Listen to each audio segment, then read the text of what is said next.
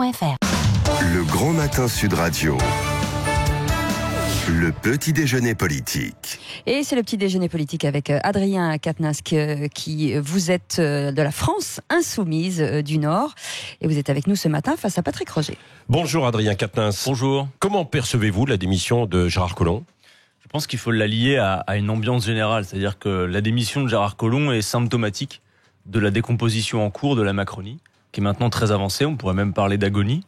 Parce que c'est vrai qu'en agonie, vous y allez un peu fort. Clairement, je pense qu'il y a non, je vais pas fort. Moi, je viens d'une chose. Franchement, je suis plutôt inquiet de la situation. Ça donne à voir une vraie instabilité à la tête du pays. C'est plutôt inquiétant. C'est-à-dire que c'est une pagaille indescriptible qui peut inquiéter les Français. Et surtout quand il s'agit du ministère de l'Intérieur. C'est quand même le premier flic de France dont on parle. Et on voit que finalement tout ça semble échapper à tout le monde. C'est-à-dire que, y compris hier matin, si vous en souvenez. Beaucoup de médias disaient mais en fait c'est une opération de communication réussie entre Macron et Collomb parce que il y a une démission avortée puis tout le monde dit en fait voilà il est au travail. Puis quelques heures plus tard on découvre que même la communication qui est quand même normalement le fort d'Emmanuel Macron lui échappe. Donc moi je veux connecter tout ça avec ce qui se passe depuis le début de l'été, c'est-à-dire on a eu l'affaire Benalla, on a eu la démission de Nicolas Hulot qui est une démission éminemment politique qui confirme un diagnostic très fort. Il dit quoi qu'on fasse, si c'est le libéralisme économique la toile de fond, on ne sera pas à la hauteur sur le défi climatique. Plus quand même un des plus proches d'Emmanuel Macron, Gérard Collomb, qui s'en va. Et je dois vous dire que ce matin, avec le recul, parce que hier on a tous subi les événements et la précipitation, mais on peut se poser la question de savoir pourquoi cet empressement à partir. Est-ce qu'il y a encore des révélations dans l'affaire Benalla que l'on n'a pas à cette heure ? Est-ce qu'il y a quelque chose de politique qui est bien plus profond entre Emmanuel Macron et Gérard Collomb qui explique cet empressement ? L'avenir nous le dira. En tout cas, la situation est vraiment intenable. J'ai même envie de vous dire, la semaine dernière, le Premier ministre était dans une émission politique nationale. Il m'a donné cette impression d'impuissance générale. C'est-à-dire qu'on retrouve les mots... Il a sorti quand même sa leçon, quoi. En fait... S'il vous a rassuré, tant mieux. Mais si vous voulez, moi, quand je l'entends dire les Français attendent des résultats, il faut être patient, j'ai l'impression que c'est un bis repetita des prédécesseurs. Non mais ça c'est vrai, on peut pas avoir des résultats en un an non plus, quoi. Mais de toute façon, je vais vous dire une chose. En tant qu'observateur de la vie politique, je vous formule un conseil. Vous n'êtes pas qu'observateur. Ne dépensez pas trop votre énergie à chercher des résultats différents de la part d'Emmanuel Macron que ses prédécesseurs, pour la raison que les mêmes causes produisent toujours les mêmes effets. Donc comme la grande trajectoire politique est profondément la même sur le fond comme sur la forme, il y a fort à penser, vous n'obtiendrez pas d'autres résultats. Oui, Adrien Quatennens, vous avez dit il y a sans doute une raison plus profonde pour qu'il y ait cette accélération. Qu'est-ce que vous pensez à quoi ? Je ne pense à rien de particulier, mais clairement ce matin, plus qu'hier, je m'interroge. C'est-à-dire pourquoi cet empressement ? Pourquoi alors que Monsieur Macron, le président de la République, ferme la porte, Gérard Collomb tente dès l'après-midi de s'échapper par la fenêtre. Qu'est-ce qui justifie un tel empressement ? Enfin, on a quand même un ministre de l'Intérieur qui nous dit hier soir si on trouve mon successeur dans la nuit, je m'en vais à Lyon. Enfin, on sent qu'il y a presque une fuite de sa part. Donc on verra s'il y avait des raisons plus profondes que simplement son envie d'aller se présenter à Lyon. Est-ce que, selon vous, même si évidemment, de toute manière, vous n'êtes pas favorable à Emmanuel Macron, mais il doit quand même opérer un remaniement assez large et ne pas se contenter simplement de remplacer, comme il l'avait fait, Nicolas Hulot par un homme ou une femme à un poste, quoi. Ça me semble assez évident que s'il y a un remaniement, il doit être sans doute large. Après, ça, c'est l'affaire d'Emmanuel Macron. Moi, je vais vous dire, je pense une chose foncièrement, c'est que on parle de situation de crise politique, mais le terme de crise signifie qu'on pourrait avoir un retour à l'état antérieur. Or, pour moi, je vous le dis à cette heure, il n'y aura pas de retour à l'état antérieur. L'état antérieur, c'est quoi pour vous ? Je considère qu'il y a, c'est-à-dire l'ivresse de l'après-campagne d'Emmanuel Macron. Il aura fallu 1 an et demi pour que les gens réalisent que sur le fond, les trajectoires étant les mêmes, je pense au front de l'emploi, sur les questions économiques, budgétaires, sur l'écologie, et même sur la forme. C'est-à-dire que, souvenez-vous quand même que la grande promesse d'Emmanuel Macron, c'était de tout renouveler sur la forme. C'est-à-dire, on va laver plus blanc que blanc, ça va être une république exemplaire. Finalement, c'est la république des affaires, et c'est des réflexes plus politiciens que jamais. C'est-à-dire que le nouveau monde, s'il en est un, tout le monde voit bien qu'il radote.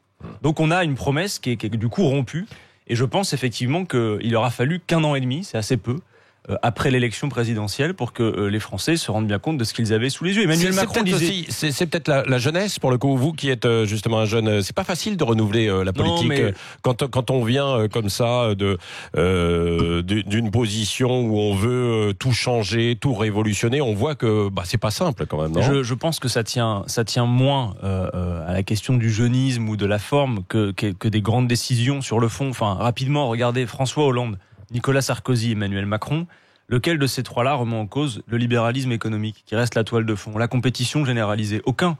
Par conséquent, François si vous Hollande voulez, avait quand même essayé de mettre quelques bâtons dans les roues d'un mais côté. vous passez de l'un à l'autre, vous avez des gens qui changent les meubles de place dans la pièce, mais qui n'ont pas compris qu'aujourd'hui, ce qu'il fallait faire, c'était revoir la fondation. Oui. On va y venir avec justement la loi Pacte qui est à l'étude à l'Assemblée nationale en ce moment, dans un instant. Mais quand même, Adrien Quatennens, vous êtes ce matin sur Sud Radio. Qu'est-ce qui s'est passé à l'Assemblée nationale? Le respect, ça n'existe pas à la France insoumise.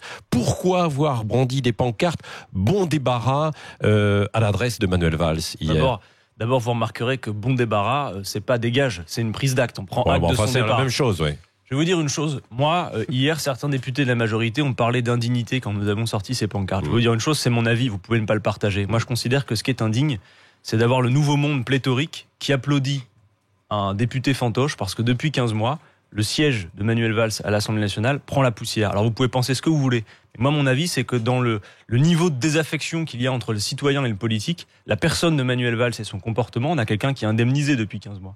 Et allez voir un peu son activité à l'Assemblée. Participe de cette désaffection. Donc il n'y avait pas de respect finalement pour la fonction de la part de Manuel Valls, donc vous lui rendez l'appareil. Mais si vous voulez, Manuel Valls... quoi qu'il ait fait en tant que Premier ministre et dans des circonstances bien particulières et tragiques que l'on connaît et qui ne trouveront jamais de division entre nous sur ces sujets, a quand même été celui qui a usé et abusé du 49.3 lors d'une loi antisociale qui était contestée par une majorité de Français, donc c'était quand même le roi du coup de force.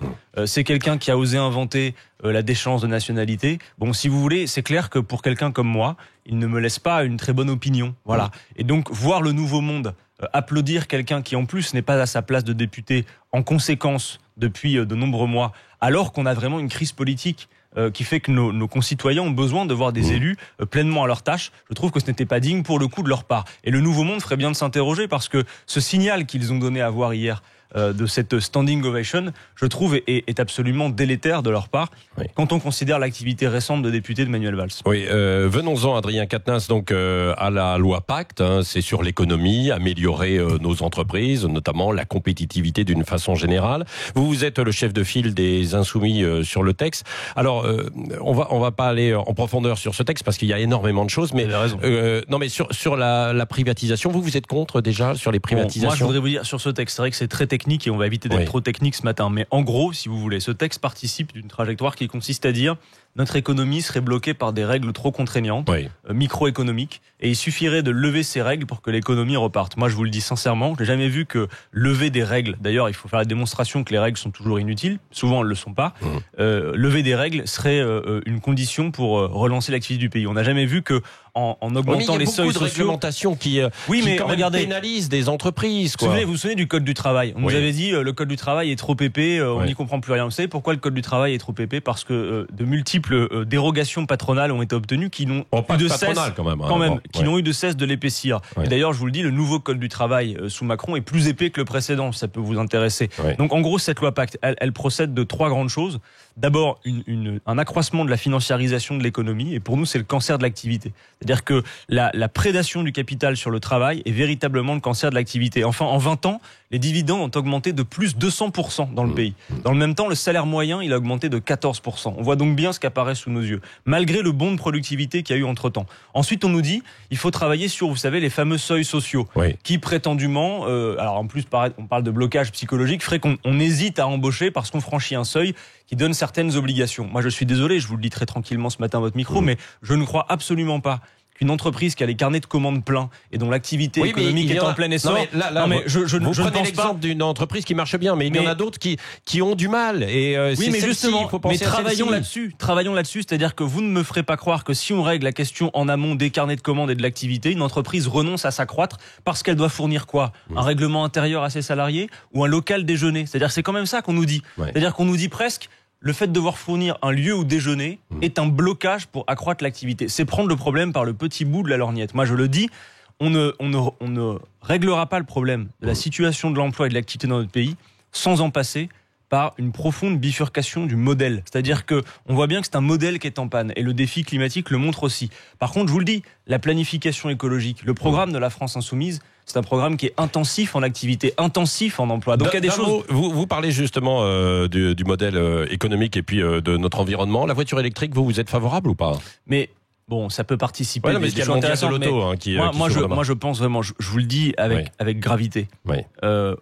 l'urgence écologique ne nous permet pas d'attendre que les petits ruisseaux fassent des grandes rivières. C'est-à-dire qu'on a besoin d'une décision à un moment donné qui est centrale. Ouais, mais quelle décision? Mais quand sur on la décide, voiture, quand vous on allez décide, pas... non mais encore une fois, la toile de fond. Oui. Vous avez beau faire la voiture électrique, la toile de fond reste la compétition généralisée. C'est-à-dire en gros, on a un modèle économique qui nous dit allez-y, produisez.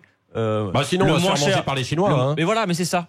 Mais le problème, c'est qu'à un moment donné, on voit bien que cette compétition n'est pas adaptée pour répondre aux défis auxquels nous sommes confrontés. Ouais. Si vous voulez, on peut être en désaccord politique. Si demain, les conditions, et d'ailleurs c'est déjà le cas, les conditions de la vie humaine sur Terre sont mises en cause, je vous prie de croire que la compétition, nos désaccords politiques ou de tout autre ordre vont être relégués en second rang. Donc on a besoin d'une bifurcation qui est d'ailleurs un défi tragique, autant qu'enthousiasmant sur l'économie. Entendez-moi, le programme que nous avons, il est intensif en activité, en emploi. C'est quand même plus passionnant de proposer au pays de se lever le matin pour organiser les conditions de la survie de l'espèce et bifurquer notre économie, que de demander aux Français de se lever le matin pour faire la compétition généralisée. C'est absurde. Le mot de la fin, Adrien Quatennens, avec Cécile Le Ménibus. Oui, Adrien Quatennens, la France insoumise a souvent le verbe assez acerbe et une véhémence qui ne plaît pas forcément toujours à tout le monde. Est-ce qu'un militantiste doit être forcément toujours agressif ?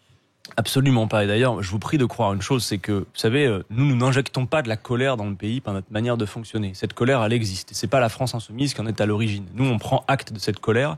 Et non, mais elle est bien là.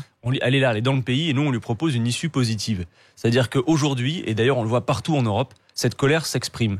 Et force est de constater qu'aujourd'hui, elle s'exprime de deux manières. Soit les gens s'abstiennent, et l'abstention, pour moi, a une signification politique. C'est de dire, débrouillez-vous sans nous. Ou alors, c'est l'extrême droite qui en profite. Eh bien, nous disions que cette colère est là et qu'elle peut trouver une issue positive. Et nous voulons l'incarner parce que vous voyez bien que quand la machine est bloquée, comme c'est le cas de la Macronie en ce moment, il faut une issue positive et nous l'apportons avec la France Insoumise. Merci Adrien Quatennens, député de la France Insoumise. Et Merci. nous avons pour vous un invité surprise. Salut, c'est Philippe Manœuvre. Alors Adrien, j'ai écouté ton groupe de rock avec tes potes insoumis, c'est inaudible, putain, c'est génial, j'adore. Bon, tu me diras, l'avantage d'un insoumis quand il chante, c'est qu'il a toujours plus de voix que quand il se présente. Néanmoins, Adrien, on dit que t'es le nouveau Jean-Luc Mélenchon en plus ferme. Alors, j'avais une question. Qu'est-ce qu'il a de plus que toi, Jean-Luc? Sa grande gueule, sa mauvaise foi ou son hypertension quand il croise un journaliste? Oh, je sais pas, il joue peut-être encore mieux de la guitare que moi, mais il l'a jamais montré. Ah bon. C'est pas mal. Vous allez peut-être faire un bœuf ensemble, quoi, avec Jean-Luc Mélenchon. On Merci. sait jamais. Adrien. Merci Dany Moreau qu'on retrouve tout de suite, à 8h20 exactement. Oui, absolument. Et Adrien Quatennens, merci d'être venu ce matin sur Sud Radio. Il est 7h56.